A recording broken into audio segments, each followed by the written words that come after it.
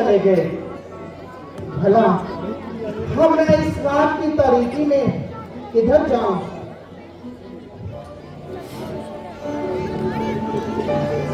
हाँ, हम नासिक तो यही है कि इन वृक्षों की लताओं की ओट में रात्रि गुजारनी होगी।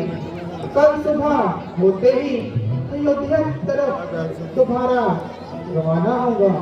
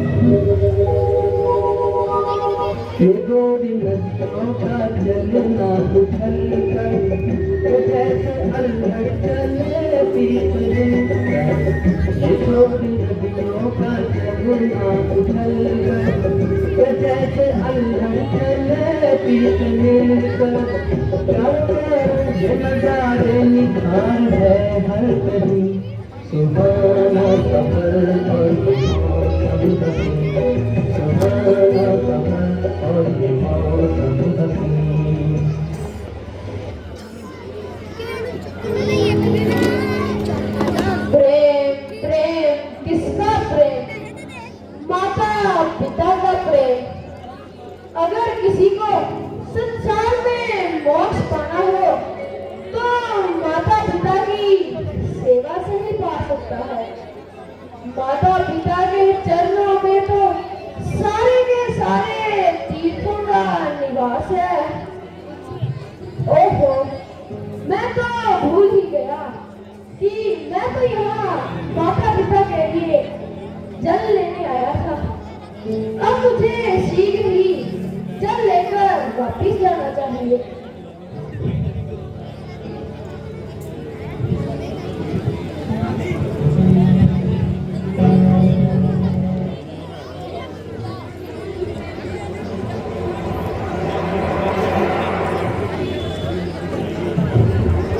श्री राम।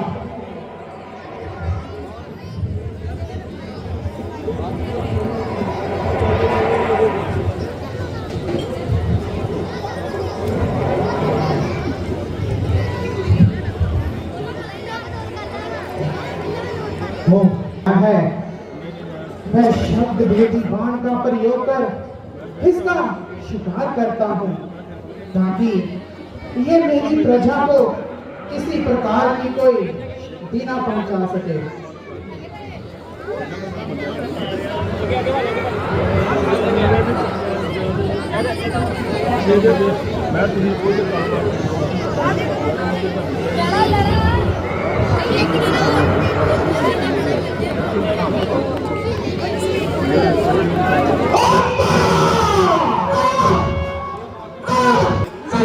ना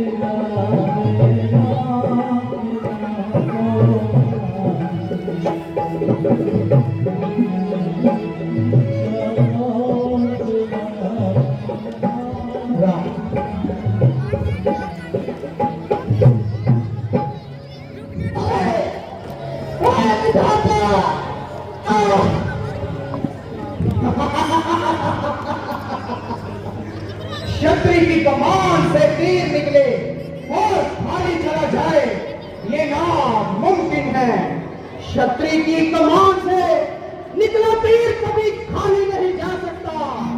उसी प्रकार कोई खूंखार जानवर मेरी राजधानी में नहीं आ सकता।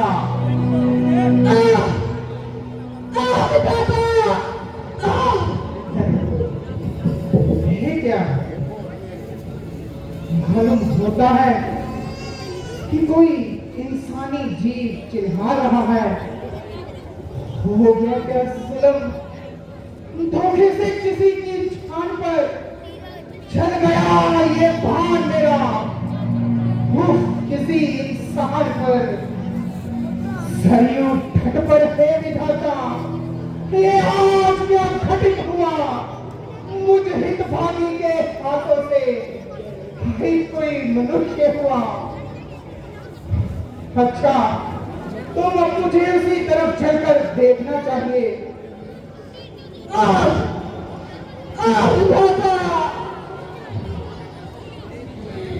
माता पिता, मैं आपकी प्यास कैसे बुझाऊं?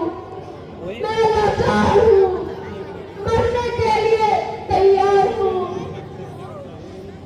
हाय भला मैंने किसी का क्या बिगाड़ा था जो मुझ पर बाण चलाया?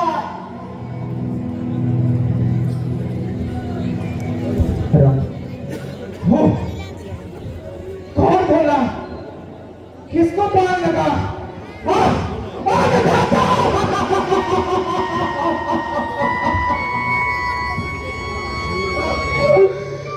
शरीर कुमार मेरे धान से जमीन पर कहा लेटा, क्यों भला टूटी ना मुझ पर आकाश पार पर तोड़ दिया सितम और पापी और बेकसों की छान पर। हाय उन धोखिया धोखा, एक सहारा यही तो था। सितम और बेकसों की जिंदगी का एक सहारा यही तो था। हाय वही किस्मत का है क्या? बता जालिम तू कौन है? मैं कैसे कहूँ, किस जुबान से कहूँ? मैं अवधपुरी का दशरथ हूँ। मेरा ही प्राण हत्यारा है, पर के मृत के धोखे में मैंने ही तुमको मारा है। क्या कहा? अवधपुरी के दशरथ महाराज, मुझको क्षमा करें। मैं आपके आदर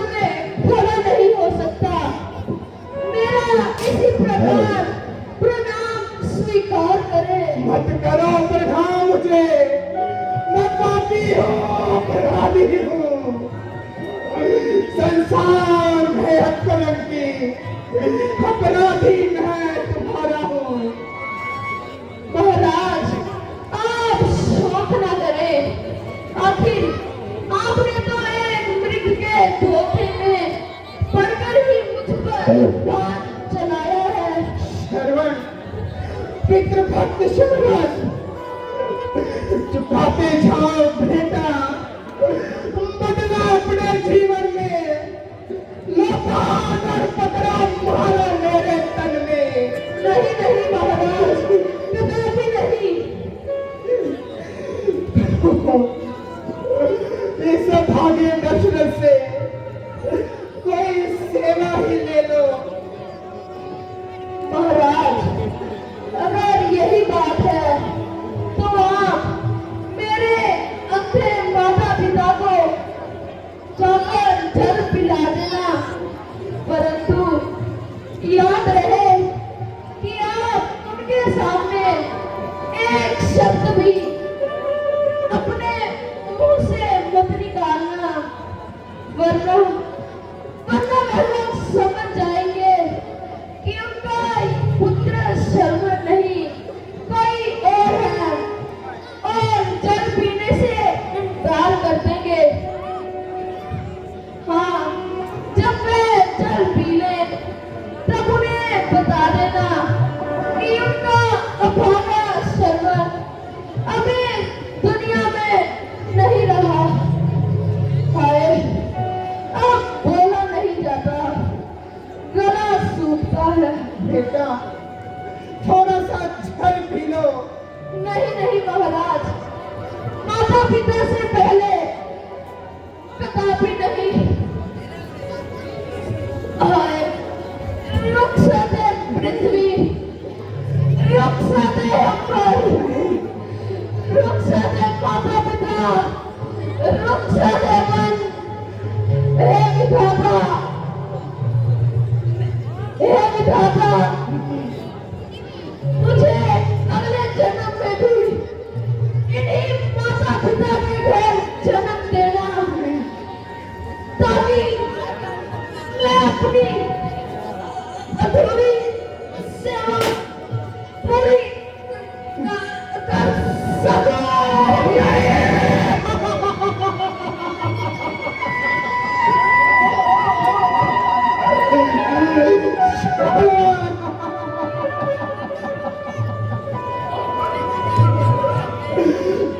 हो गया, हो गया, हो गया।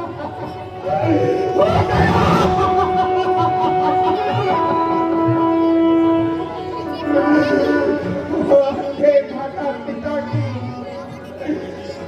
आंखों का तारा आज सदा के लिए गुम हो गया। एक बेकसे शाम की बिजली चमकी और अंधेरा हो गया।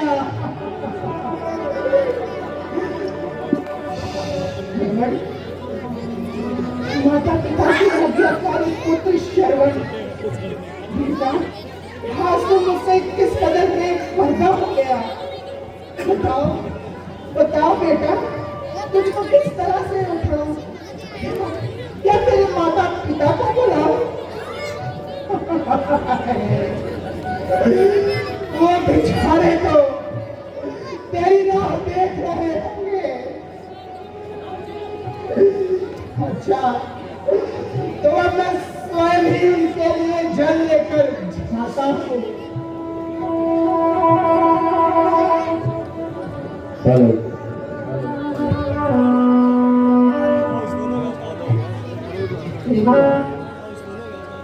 मुझसे चला क्यों नहीं जा रहा? बेटी सच्चाई साथ सदा, झूठे दाव नहीं चलते। दशरथ को चलता है मगर दशरथ के बहाव नहीं चलते।